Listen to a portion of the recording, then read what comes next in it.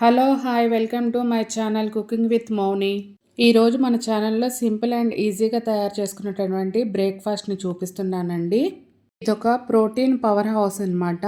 మనం చేసుకునేది పెసర దోశ. ముందుగా పొట్టి పెసరపప్పుని ఒక కప్పు తీసుకొని ఒక 3 గంటల ముందు నానబెట్టుకోవాలండి. దీన్ని నీట్గా కడిగి మిక్సీ జార్లోకి తీసుకుందాము. అలాగే చిన్న అల్లం ముక్క, అలాగే 2-3 పచ్చిమిరపకాయలని కూడా యాడ్ చేసి వీటిని మిక్సీ చేసుకుందాము. అంతే, మనకు దోశ బ్యాటర్ అనేది రెడీ అయిపోతుంది. ఇందులో రుచికి సరిపడా సాల్ట్ అనేది యాడ్ చేస్తున్నాను. యాడ్ చేసి ఒకసారి ఇలా కలుపుకుందాము. దోశ అనేది వేయడానికి స్టవ్ అనేది ఆన్ చేసుకుందామండి.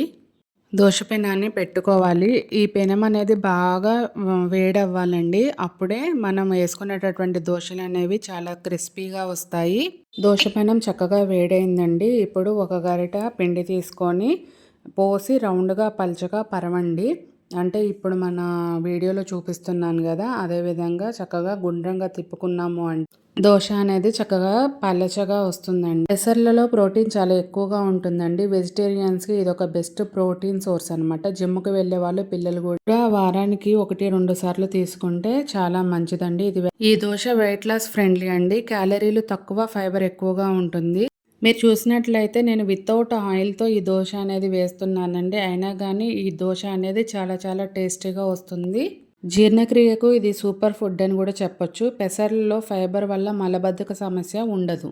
పెసర్లలో ఐరన్ ఎక్కువ. రక్తహీనత ఉన్న వాళ్ళకి ఇది తీసుకోవడం చాలా మంచిది. మీరు ఇక్కడ గమనించినట్లయితే నేను కొద్దిగా క్యారెట్ ఇంకా ఉల్లిపాయలు కూడా వేసానండి, ఎక్స్ట్రా టేస్ట్ కోసము. చూసారా అంటే ఎంత తేలిగ్గా వచ్చేస్తుందో దోశ, ఎంత క్రిస్పీగా కనిపిస్తుందో మీరే గమనిస్తున్నారు కదా.